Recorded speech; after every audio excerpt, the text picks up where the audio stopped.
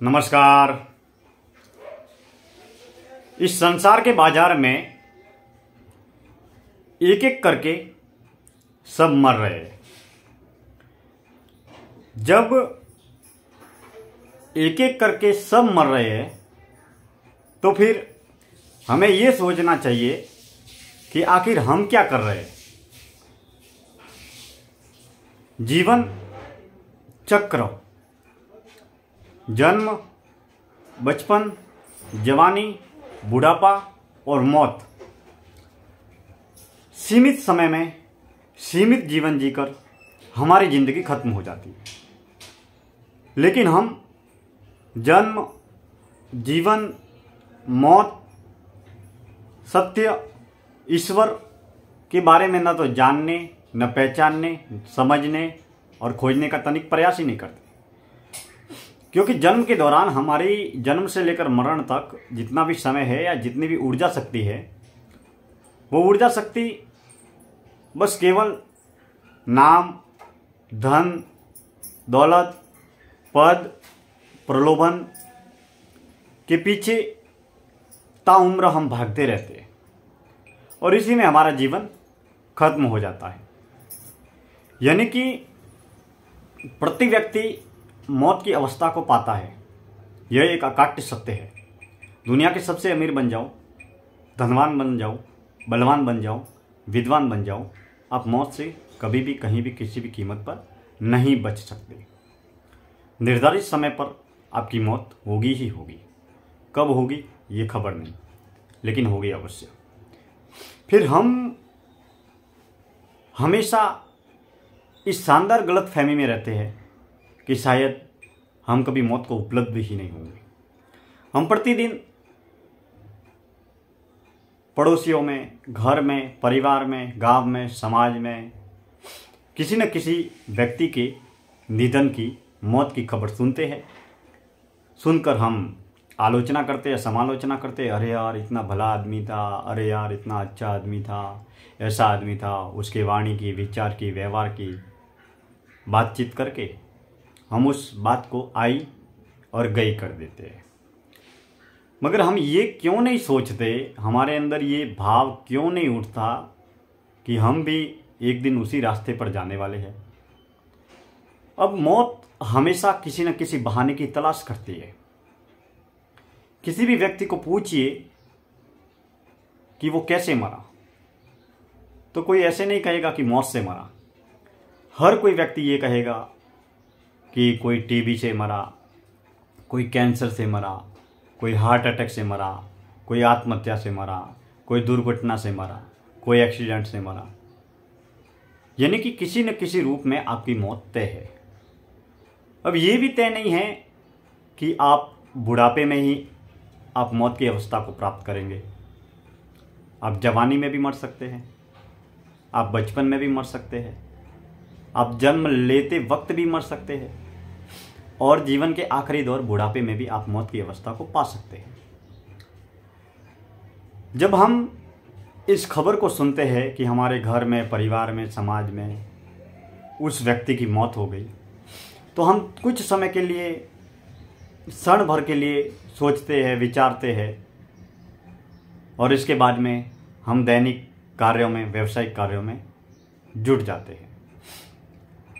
या फिर हम किसी व्यक्ति के, करीबी व्यक्ति के मौत के अवसर पर हम उसके दाह संस्कार में जाते हैं, शमशान यात्रा में जाते हैं और वहाँ पर जाकर हम उस विषय को देखते हैं तो क्षण भर के लिए शमशान का वैराग हमारे अंदर जन्म लेता है और हम सोचते हैं कि संसार में क्या साथ में आएगा, क्या साथ में जाएगा, खाली हाथ आए हैं, खाली हाथ जाएंगे।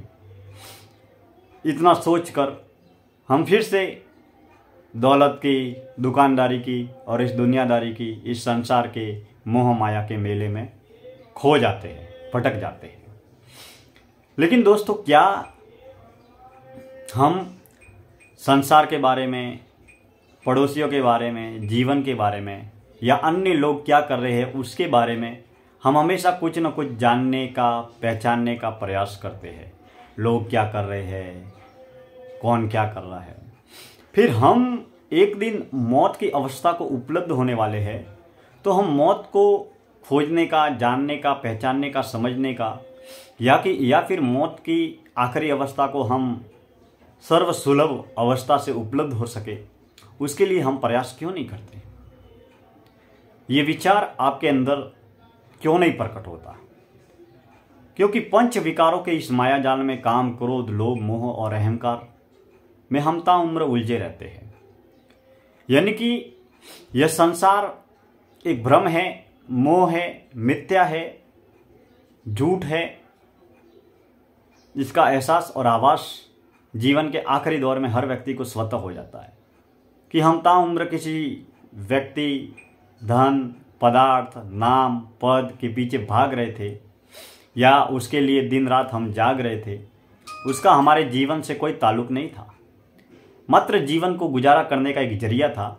इसके अलावा इस सांसारिक मेले का कोई औचित्य ही नहीं था। हम न जाने हमारे दिल में, दिमाग में, मन में, बुद्धि में बहुत सारे लोगों की मनोदशा को हम देखते हैं, और उनके अंतःकरण को, मन को, बुद्धि को, दिल को, दिमाग को जब पढ़ते हैं तो उनके अंदर राग, द्वेष, ईर्ष्या, जलन, नफरत, अहंकार, क्रोध, न जाने कितने विकार उनके अंदर भरे हुए होते हैं।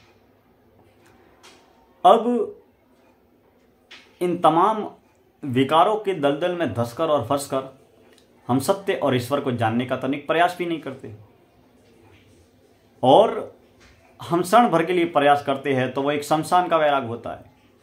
लेकिन अगर आपके अंदर वास्तव में संसार को जानने का वैराग्य अगर पैदा होगा, तो इसका मतलब ये नहीं कि हम घर परिवार छोड़कर हिमालय की यात्रा में निकल पड़े, या सांसारिक ग्रस्त जीवन छोड़कर हम साधु सन्यासी बन जाए। उससे कोई फर्क नहीं पड़ता।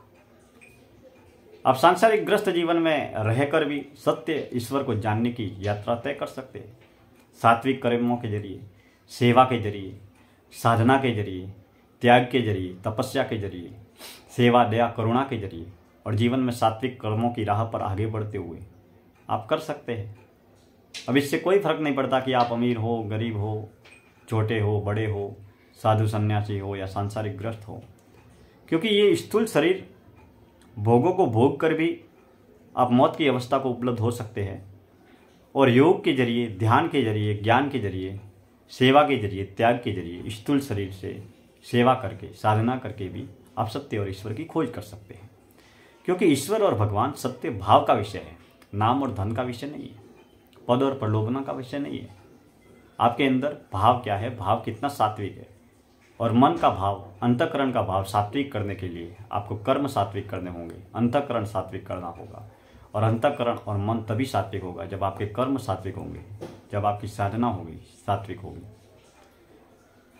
हम इस संसार के बाजार में सोए हुए हैं, और सोए हुए व्यक्ति को ये खबर नहीं होती कि हम सोए हुए हैं। मान लीजिए आप और हम सोए हुए हैं, बिस्तर पर नींद में हैं, और उस वक्त अगर नींद में है और सोए हुए हैं, तो उस समय क्या हमें होश या खबर रहती है कि हम नींद में हैं, मैं नींद में हूँ, मैं सोया हुआ हूँ? क्या ऐसी कोई खबर होती है? नहीं होती है। हम जब जग जाते हैं तो जगने के बाद में हमें ये मालूम पड़ता है कि हाँ, मैं सोया हुआ था। तो ये संसार के बाजार में भी हम सोए हुए हैं, और जब हमें कुछ गुरु भगवंतों का, संतों का सानिध्य मिलता है,